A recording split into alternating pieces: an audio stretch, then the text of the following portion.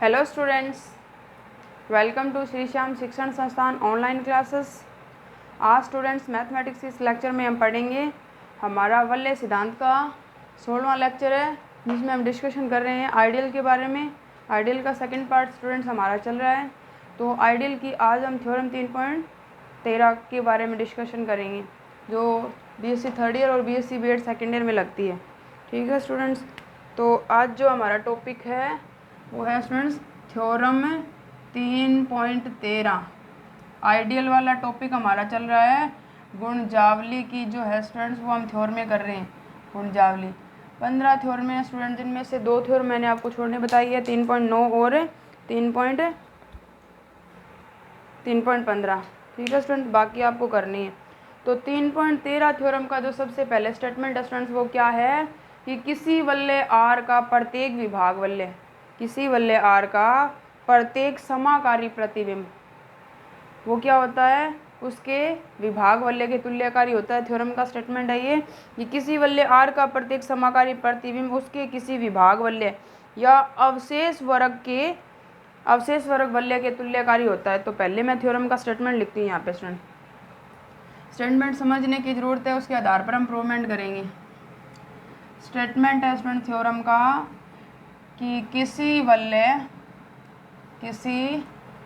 वलय आर का प्रत्येक समाकारी प्रतिबिंब, किसी वलय आर का प्रत्येक समाकारी प्रतिबिंब उसके किसी विभाग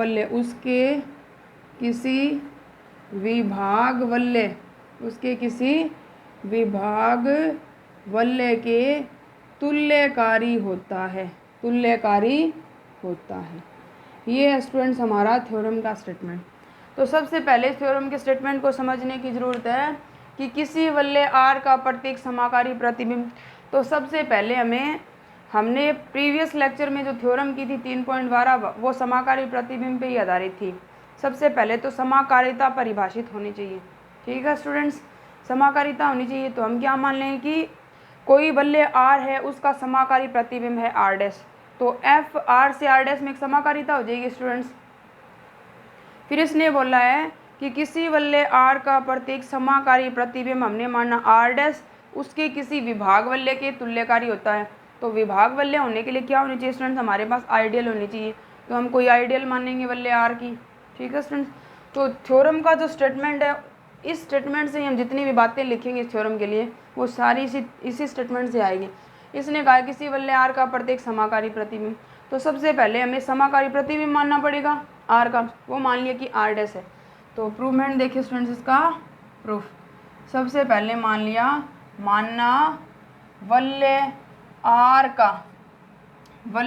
का समाकारी प्रतिबिंब। फंक्शन ही डिफाइन होता है समाकारिता, मैंने आपको बार बार बताई है। आर से आर डैश में समाकारिता कब कहलाती है स्टूडेंट्स, हमारे पास जो है वो 2 सेट है, ये वाला आर और ये वाला आर डैश। ये आर है, ये आर डैश है। एफ जो है इसका, एफ जो है वो आर डैश से आर डैश में एक समाकारिता है, तब आर से आर डैश में एक समाकारिता है, तब आर डैश जो है वो आर का समाकारी प्रतिबिंब कहलाता है। यदि आर रिंग ले रखा है तो इसमें 2 संक्रियाएं होती है, दोनों संक्रियाएं डिफाइन होनी चाहिए फंक्शन के रूप में। पहले योग के लिए एफ ए प्लस बी बराबर आएगा F A plus F B, फिर आएगा एफ ऑफ ए बी बराबर आता है F of A into F of B. ये समाकारिता होती है स्टूडेंट्स, ये वाली प्लस के लिए, ये मल्टीप्लिकेशन के लिए, क्योंकि रिंग में हमारे पास 2 संक्रियाएं होती है। तो समाकारिता जो है वो फंक्शन के रूप में डिफाइन होती है। तो यहाँ पे हमने मान लिया कि आर का जो समाकारी प्रतिबिंब वो क्या स्टूडेंट्स, वो आर डैश है। आर का समाकारी प्रतिबिंब क्या मान लिया, मानना वलय आर का समाकारी प्रतिबिंब आर डैश है,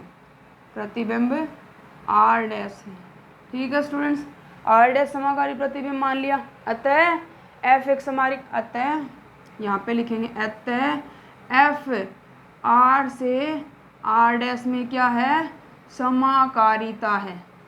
एफ आर से आर डैश में समाकारिता है। तथा मानना, अब और मानना पड़ेगा, विभाग वलय बोल रहा है।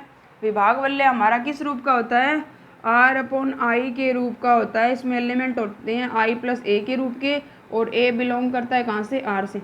ये समाकारी, ये क्या होता है, विभागवल्य होता है स्टूडेंट।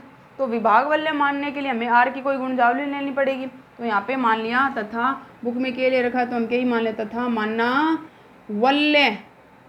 वल्य आर की कोई गुणजावली, माना वल्य आर की कोई गुणजावली, गुणजावली क्या है, के है। अतः विभागवल्य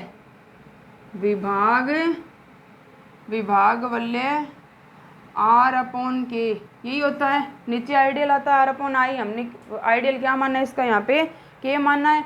तो विभागवल्य आर अपॉन के परिभाषित है, आर अपॉन के क्या है, परिभाषित है। ठीक है स्टूडेंट्स, आर अपॉन के क्या है यहाँ पे, परिभाषित है। देन प्रूव दैट, सिद्ध करना है स्टूडेंट्स कि इसका जो प्रत्येक समाकारी प्रतिबिंब, आर का समाकारी प्रतिबिंब हमने माना आर डैश, आर डैश मानना है, जो इसकी किसके तुल्य होता है, विभागवल्य के तुल्यकारी होता है। विभागवल्य क्या मानना है यहाँ पे, आर अपॉन के मानना है। ठीक है स्टूडेंट्स, तो यहाँ से क्या आ जाएगा, हमने के लिए इसकी कोई गुणजावली विभागवल्य आर अपॉन के परिभाषित है, तो सिद्ध करना है कि इसका समाकारी प्रतिबिंब जो है आर का, वो इसके विभागवल्य आर अपॉन के तुल्यकारी होता है।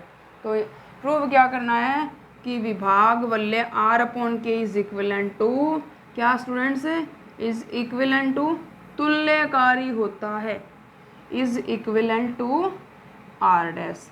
मतलब विभागवल्य तुल्यकारी किसके, समाकारी प्रतिबिंब मानना है। तो यहाँ पे दो प्रकार के फंक्शन डिफाइन होंगे। पहले तो इसने बोला है कि f जो है वो r से r डैश में क्या स्टूडेंट, समाकारिता है। फिर एक फलन और डिफाइन होगा, क्योंकि तुल्यकारिता समाकारिता का ही पार्ट है, तो समाकारिता के लिए हमारे पास फलन डिफाइन होता है। पहले इसने बोला है कि f जो है वो r से r डैश में समाकारिता है। तो यहाँ पे क्या आएगा स्टूडेंट्स, पहले क्योंकि f जो है स्टूडेंट्स वो क्या है, r से r डैश में, तो यहाँ पे फलन f मान लिया डिफाइन है r से r डैश में। अगर a बिलोंग कर रहा है कहाँ से, r से, तो this implies f of a वो कहाँ से बिलोंग करेगा, वो r डैश से, क्योंकि क्या स्टूडेंट्स इसी रूप के एलिमेंट हो गया r डैश में। इसको मान लिया इक्वेशन नंबर फर्स्ट। एक फलन तो डिफाइन होगा r से r डैश में, क्योंकि इसने बोला है कि वल्य r का प्रत्येक समाकारी प्रतिबिंब इसके विभागवल्य के तुल्यकारी होता है। तो तुल्यकारिता के लिए अलग फलन होगा, पहले समाकारी प्रतिबिंब बोला है उसके लिए, तो हमने ये पहला फलन मान लिया। ठीक है स्टूडेंट्स, अब जो फलन डिफाइन होगा, हमने लिखा r upon K is equivalent to, आप इसको ये भी लिख सकते हो, इसका प्रत्येक समाकारी प्रतिबिंब r dash is equivalent to r upon K, कुछ भी लिख सकते हैं, कोई फर्क नहीं पड़ता। प्रत्येक समाकारी प्रतिबिंब r dash is equivalent to r upon K. ठीक है स्टूडेंट्स, तो अब इसके लिए भी एक तुल्यकारिता के लिए एक फंक्शन मानना पड़ेगा, क्योंकि तुल्यकारिता जो है वो समाकारिता का ही पार्ट है।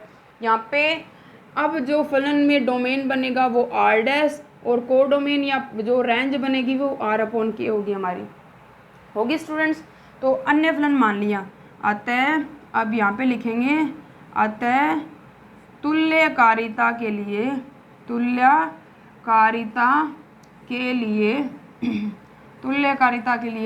मानना एक अन्य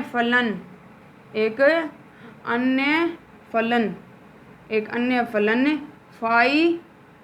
फाई निम्न प्रकार परिभाषित है, फाई निम्न प्रकार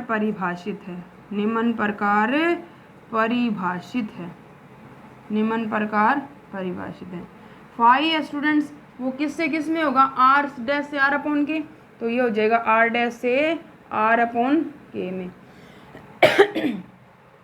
फंक्शन में क्या होता है स्टूडेंट्स, इसके एलिमेंट्स है a बिलोंग करता है r से, तब f ऑफ a बिलोंग करता है r डैश, यही होता है फंक्शन में। जो यहाँ पे एलिमेंट होते हैं a b c d इस रूप के, यहाँ पे होते हैं f of a f of b। जिस फंक्शन जो फलन डिफाइन होता है उसकी इमेज के रूप में बनते हैं। ठीक है स्टूडेंट्स, ये इमेज होती है, ये प्री इमेज होती है। तो इसका मतलब फंक्शन के रूप में ये इमेज बन रही है ए एलिमेंट के एफ ऑफ ए, ये फलन डिफाइन है। तो वैसे अब फलन डिफाइन है फाई आर डैश से आर अपॉन के में।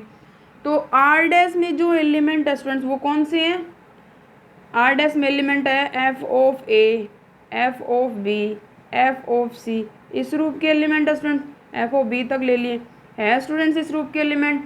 अब इसने बोला है कि आर डैश से आर अपॉन के में क्या है, ये तुल्यकारिता सिद्ध करनी है। तो पहले फलन मानना पड़ेगा आर डैश से किस में? आर डैश से आर अपॉन के में। और आर अपॉन के में हमें पता है किस रूप के अवयव होते हैं? के प्लस ए, के प्लस आर अपॉन के में आई प्लस ए के रूप के अवयव होते हैं स्टूडेंट्स। तो यहाँ पे जो फंक्शन है इधर फलन क्या है स्टूडेंट्स? फाई है। तो एफ ऑफ ए ये वाला फलन है, या तो इसको लिखेंगे फाई, अब ये एक एलिमेंट है एफ ऑफ ए, ये वाला हो गया। इसमें इस रूप के अवयव होंगे स्टूडेंट्स, इस रूप के अवयव। तो हमें पता है कि आर अपॉन के में जो अवयव होते हैं वो किस रूप के होते हैं? आर अपॉन आई में आई प्लस ए। तो आर अपॉन के में के प्लस ए के रूप के अवयव होंगे। तो इसमें एलिमेंट होते हैं के प्लस ए के रूप के, और वो फंक्शन के रूप में हो जाएंगे, इमेज बन जाएगी के प्लस ए और फाई के प्लस बी हो जाएगी स्टूडेंट्स। आया समझ में कैसे इसकी इमेज बनी है? तो यहाँ पे एफ ऑफ ए है तो इसकी इमेज बनेगी phi of K plus A. यहाँ पे phi of K plus B, F of B है इसका अवयव पहला ये, तो ये फंक्शन के रूप में ये मैपित हो गया। एफ ऑफ बी दूसरा अवयव, तो फंक्शन के रूप में ये मैपित हो गया। ये इसकी इमेज बन गई और ये इसकी इमेज बन गई। ठीक है स्टूडेंट्स। तो अब यहाँ पे जो फलन है हमारा वो क्या होगा? इसलिए फाई पहले क्या होता है? फलन होता है हमारा यहाँ पे ए बिलोंग्स टू आर, तो यहाँ पे मानेंगे F of A belongs to क्या students? F of A belongs to हमारे पास है F of A belongs to R dash. तो दिस इम्प्लाइज क्या आ जाएगा स्टूडेंट? दिस इम्प्लाइज यहाँ पे एलिमेंट आया फाई के plus A belongs to R upon के, यही होता है स्टूडेंट्स। पहले ए बिलोंग्स टू आर तो F of A belongs to R dash. अब F of A belongs to R dash तो फाई के plus A belongs to R upon के। यहाँ पे प्रत्येक का साइन लगा देंगे, प्रत्येक एलिमेंट जो अगर बी आ रहा है तो के प्लस बी, सी आ रहा है तो के प्लस सी। ठीक है स्टूडेंट्स। अब फलन जो बन गया स्टूडेंट्स हमारा वो फंक्शन क्या बन गया? यहाँ पे फलन मैंने लिख दिया फाई के प्लस ए है, इस रूप का फलन बनेगा। तो फंक्शन होता है या ये होता है वाई बराबर एफ एक्स लिखते हैं, इस रूप का लिखते हैं, यहाँ F X equal to Y. तो फलन हो जाएगा फाई के प्लस ए का जो मान है वो किसके बराबर होगा? एफ ऑफ ए के। इस रूप में हमारे पास क्या है? फलन फाई परिभाषित है।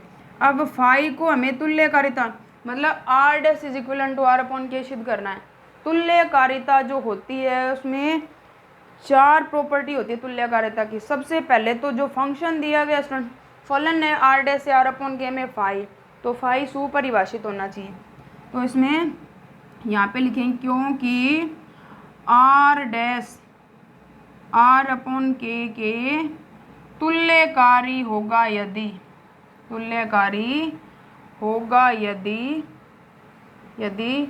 यदि यह निम्न गुण धर्म, अच्छी थ्योरम है स्टूडेंट्स, इम्पोर्टेंट थ्योरम है, निम्न गुण धर्म संतुष्ट करे, ठीक है स्टूडेंट्स। तो आर डैश है वो आर अपॉन के तुल्यकारी होगा यदि यह निम्न गुण धर्म संतुष्ट करें। तो पहली प्रॉपर्टी है जो फंक्शन डिफाइन है आर डैश से आर अपॉन के, वो क्या होना चाहिए? फाई सुपरिभाषित हो। फाई क्या हो? सुपरिभाषित हो। फाई सुपरिभाषित हो, पहला हो गया। दूसरा जो फलन डिफाइन है वो क्या होना चाहिए? फाई एक ही हो, एक ही फलन हो, फाई एक ही हो। नंबर 3 फाई क्या हो? फाई आच्छादक हो, आच्छादक फलन हो, आच्छादक हो। नंबर 4 है स्टूडेंट्स फाई समाकारी हो, समाकारिता हो, फाई समाकारिता हो। अगर फाई ये चारों प्रॉपर्टी सेटिस्फाई करता है स्टूडेंट्स तो फाई जिनमें डिफाइन है आर डैश से आर अपॉन के में क्या बन जाएगा? तुल्यकारी बन जाएगा। ठीक है स्टूडेंट्स। तो सबसे पहले मैं आपको बताती हूँ कि हमारे पास कंडीशन होती है स्टूडेंट्स, हमारे पास क्या कंडीशन होती है, हमारे पास कंडीशन होती है एकीकी फलन की दो प्रकार की होती है स्टूडेंट। अगर हमारे पास क्या है, फंक्शन बराबर है तो उनके एलिमेंट, एकीकी फलन की कंडीशन होती है स्टूडेंट्स क्या होती है, देखिए अगर फंक्शन के रूप में हमारे पास एलिमेंट बराबर है एफ ऑफ ए बराबर एफ ऑफ बी है तो दिस इम्प्लाइज एक ही होगा, तब ए बराबर बी होना चाहिए।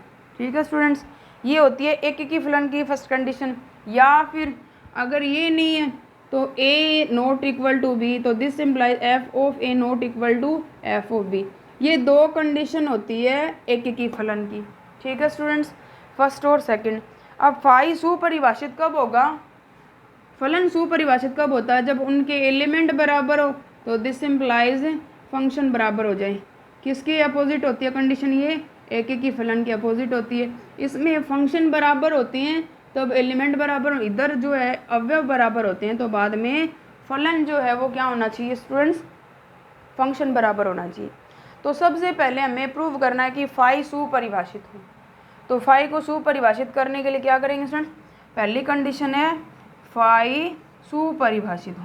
फाई क्या स्टूडेंट्स, सुपरिभाषित हो, फाई सुपरिभाषित हो। इसके लिए क्या करेंगे, दो एलिमेंट लेने पड़ेंगे, किसके, फंक्शन के रूप में ले रहे हैं तो फलन के हमें दो सबसे पहले क्या लेने पड़ेंगे, यहाँ पे फाई को सुपरिभाषित करने के लिए इसके दो अवयव लेने पड़ेंगे। तो दो एलिमेंट ले लेंगे स्टूडेंट्स हम यहाँ से, दो एलिमेंट है एकीकी फलन और फाई सुपरिभाषित होने के लिए हमारे पास क्या होती है स्टूडेंट्स, हमारे पास दो कंडीशन होती है, ये एकीकी फलन की और ये वाली सुपरिभाषित की। ये सुपरिभाषित वाली इसकी अपोजिट होती है। तो सबसे पहले हम आर अपॉन के दो अवयव, क्योंकि आर अपॉन के को इक्विवेलेंट प्रूव करना है आर डैश की, तो यहाँ से आ जाएगा माना क्या स्टूडेंट्स, के प्लस ए और के प्लस बी दो अवयव हैं, यही है स्टूडेंट्स फंक्शन के रूप में डिवाइड। के प्लस ए और के प्लस बी क्या है, बिलोंग्स टू क्या है स्टूडेंट्स, आर अपॉन के। ये मान लिया, एलिमेंट बराबर रखेंगे तब फंक्शन के रूप में बराबर आना चाहिए। तो यहाँ से मान लिया के प्लस ए बराबर आ गया के प्लस बी के। ठीक है स्टूडेंट, के प्लस ए बराबर के प्लस बी। हमने एक प्रॉपर्टी पढ़ी है स्टूडेंट्स, कहाँ से पढ़ी है, हमने एक प्रॉपर्टी पढ़ी है, मतलब अगर दो अवयव बराबर हो, मतलब आई प्लस ए बराबर किसके हो, आई प्लस बी के, जहाँ पे आई आइडियल होता है तो ए माइनस बी जो है वो कहाँ से बिलोंग करता है, आई से बिलोंग करता है। ठीक है स्टूडेंट्स, हमने क्या मानना है कि किसी वल्य आर का प्रत्येक समाकारी प्रतिबिंब उसके किसी विभाग वल्य के तुल्यकारी होता है। तो हमने माना कि तुल्यकारी होता है, हमने माना आर डैश इसकी इमेज है, एफ है ये समाकारिता है, तथा आर की कोई गुणजावली के है जो क्या है, कर्नेल ऑफ एफ क्या है, ये जो है ना ये आइडियल है। हमने आइडियल तभी होता है जब आइडियल पहले प्रूव हो स्टूडेंट। हमने एक एग्जांपल पढ़ा है, एक 6 नंबर एग्जांपल हमने किया था कि कर्नेल ऑफ एफ जो है वो आर डैश की क्या होती है, गुणजावली होती है। तो ये जो होगा स्टूडेंट्स वो क्या होगा, कर्नेल ऑफ एफ होगा। ये क्या होगा, समाकारिता की एसटी होगी स्टूडेंट्स ये। तो आर की क्या हो जाएगी, एसटी, और एसटी की डेफिनेशन होती है कि कर्नेल ऑफ एफ में जो एलिमेंट होते हैं स्टूडेंट, कर्नेल ऑफ एफ में, ये कर्नेल ऑफ एफ है के, कर्नेल ऑफ एफ में जो एलिमेंट होते हैं वो एक्स के रूप के और फंक्शन के रूप में उसका मान आता है 0 डैश आता है स्टूडेंट्स। तो यहाँ पे के जो है वो क्या है, समाकारिता की एसटी। तो यहाँ पे ये बात मैं लिख देती हूँ। तो यहाँ पे के जो है वो क्या है, तथा जहाँ के समाकारिता की एसटी है, आर अपॉन के परिभाषित है, जहाँ के समाकारिता की क्या है, एसटी है, समाकारिता की एसटी है। ठीक है स्टूडेंट्स, जिसकी डेफिनेशन होती है, क्या होती है स्टूडेंट डेफिनेशन है, कर्नेल ऑफ एफ बराबर होता है एक्स के रूप के अवयव, तो F X equal to 0 dash, X है वो कर्नेल ऑफ एफ का अवयव होगा। ठीक है स्टूडेंट्स, फंक्शन के रूप में जब एफ समाकारिता है तब कर्नेल ऑफ एफ क्या है, डिफाइन है। समाकारिता की एसटी, पहले समाकारिता फिर समाकारिता की एसटी, और समाकारिता की एसटी जो है वो क्या होती है, वल्य आर की एक गुणजावली होती है, तब भी आर अपॉन के क्या होगा, परिभाषित होगा। ठीक है स्टूडेंट्स, बहुत कुछ सिद्ध करना है। 4 ये प्रॉपर्टी है। अब के जो है वो आइडियल है, के प्लस ए बराबर के प्लस बी, एक प्रॉपर्टी पढ़ी है मैंने, कहा कि आपको याद ही रखनी है, पीछे भी काम में आई थी, इधर भी काम में आ रही है। तो के प्लस ए बराबर के प्लस बी, तो इसका मतलब है कि this implies A minus B belongs to के।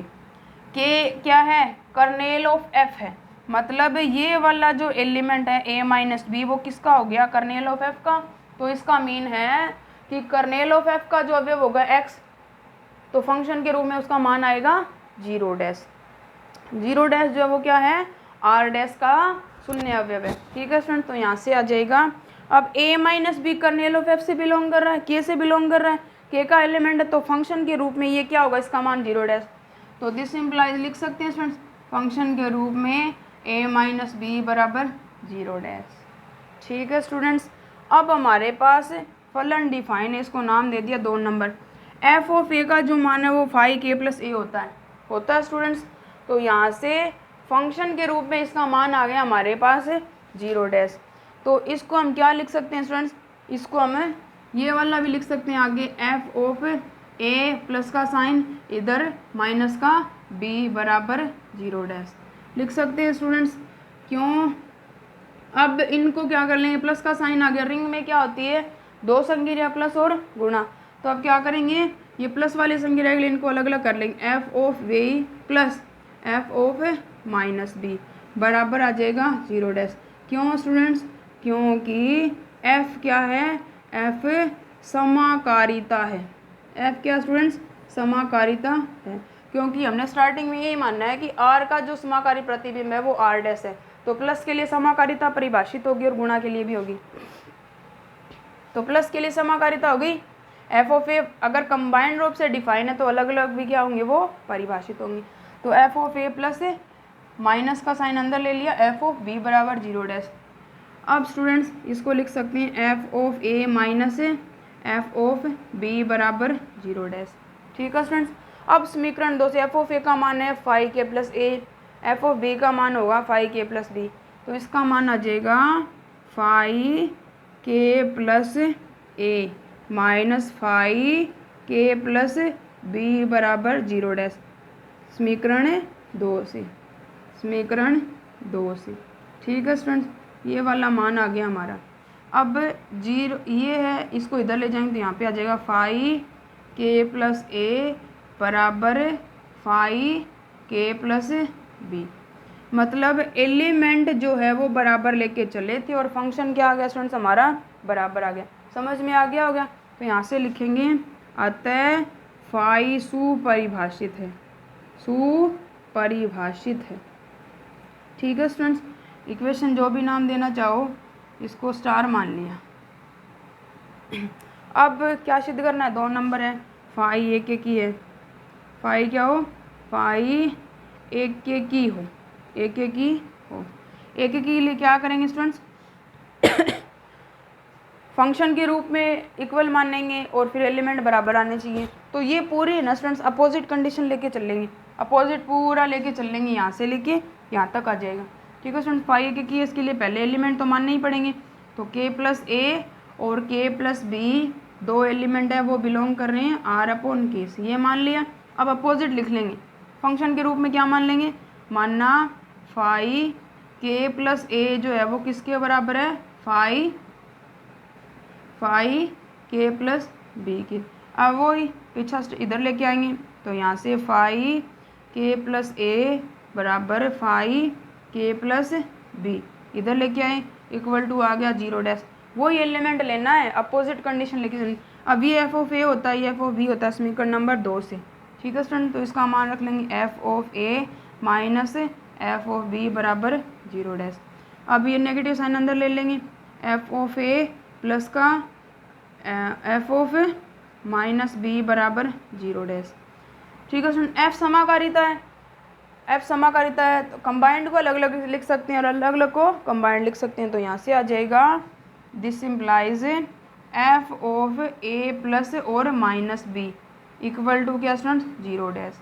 ठीक है स्टूडेंट्स, तो यहाँ से ये कंडीशन आ गई हमारे पास। अब इसको ये लिख लेंगे, यहाँ से आ जाएगा एफ ए माइनस बी बराबर 0 डैश। अब फंक्शन के रूप में इस फलन का जो मान है वो 0 डैश आ गया। फंक्शन के रूप में इसका मान 0 आते ये कहाँ से बिलोंग करेगा, ये बिलोंग करेगा कर्नेल ऑफ एफ से। तो इसका मतलब a माइनस बी, तो a minus B belongs to kernel of F या k।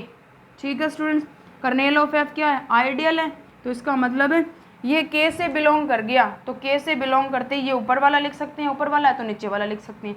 तो यहाँ से लिखेंगे, क्या लिख देंगे स्टूडेंट्स, k प्लस ए बराबर होगा k प्लस बी इसके। ठीक है स्टूडेंट्स, तो ये आ गया हमारा इक्वेशन नंबर, यहाँ से लिख लेंगे। अतः फलन क्या है, अतः फाई क्या हो गया, अतः फाई एक एक की है, एक एक की है। अब थर्ड है स्टूडेंट्स, थर्ड प्रूव करना है फाई क्या हो, फाई आच्छादक हो, आच्छादक हो। ठीक है स्टूडेंट, पहले ये वाला प्रूव करना है फाई क्या हो, आच्छादक हो। आच्छादक फलन किस रूप का होता है, y बराबर एफ एक्स के रूप का होता है स्टूडेंट। तो इसका मतलब है हमारे पास जो फंक्शन है वो डिफाइन है। यहाँ पे लिखेंगे फाई आच्छादक होगा यदि, आच्छादक होगा यदि, यदि क्या स्टूडेंट, y प्लस वाई बराबर F x, this implies x बराबर एफ इनवर्स y एग्जिस्ट हो, विद्यमान हो। जब ये डिफाइन है तो इनवर्स तो डिफाइन होगा स्टूडेंट्स। तो यहाँ से तो दिस इम्प्लाइज, ये कंडीशन है हमारे पास, तो दिस इम्प्लाइज हमारा जो फंक्शन है वो इसी रूप का है, y बराबर एफ ऑफ एक्स है, या ये एलिमेंट है एफ ऑफ ए बराबर फाई के प्लस ए। ठीक है स्टूडेंट, तो यहाँ से आ जाएगा, तो दिस इम्प्लाइज फाई के प्लस ए बराबर एफ ऑफ ए, इसी रूप का फंक्शन है। ये क्या है स्टूडेंट्स, ये इसी के वाई के रूप के एलिमेंट होते हैं, वाई बराबर F of A, F of B इसी रूप के एलिमेंट होते हैं। वाई फाई बराबर है, या इसको लिख सकते हैं स्टूडेंट, क्या लिख सकते हैं, के प्लस ए बराबर फाई इनवर्स एफ ऑफ ए। तो यहाँ से लिख देंगे, अतः इसी रूप का फलन है, अतः आच्छादक के रूप का फलन है, आच्छादक के रूप का फलन है। ठीक है स्टूडेंट, आच्छादक के रूप का फलन है, तो दिस इम्प्लाइज क्या आ जाएगा, दिस इम्प्लाइज फाई आच्छादक है, आच्छादक है। अब फोर्थ कंडीशन प्रूव करने स्टूडेंट्स, फाई क्या हो, फाई समाकारिता हो।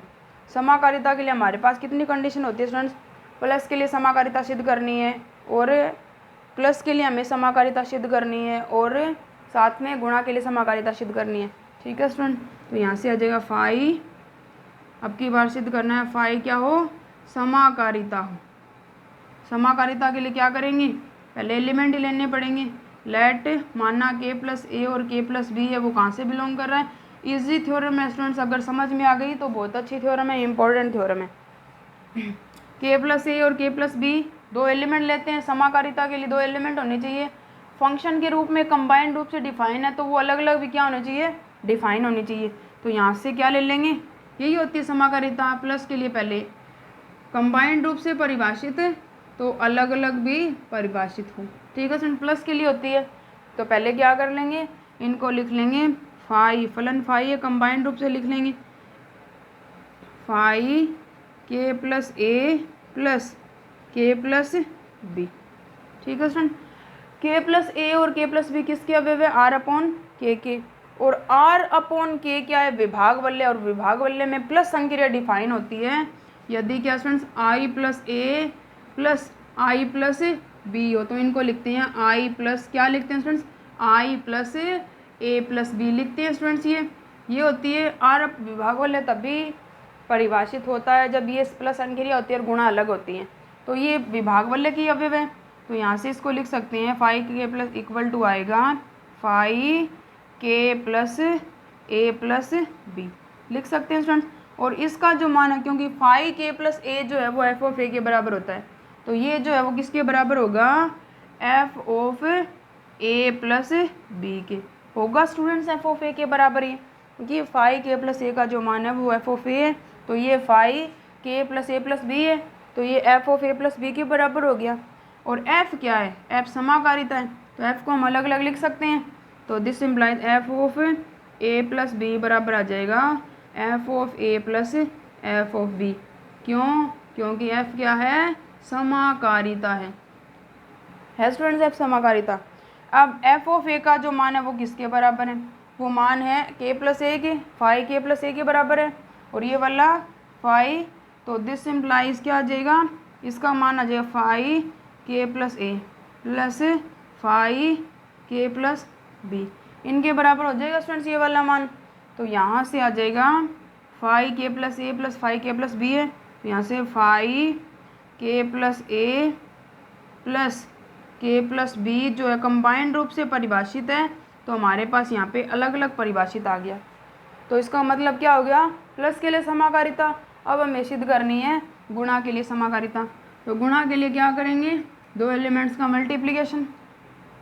प्लस के लिए अब गुणा के लिए समाकारिता देखनी है स्टूडेंट, तो क्या मानेंगे, के प्लस ए और के प्लस बी कहाँ से बिलोंग कर रहे हैं, आर अपॉन के से। ठीक है स्टूडेंट्स, आर अपॉन के से बिलोंग कर रहे हैं।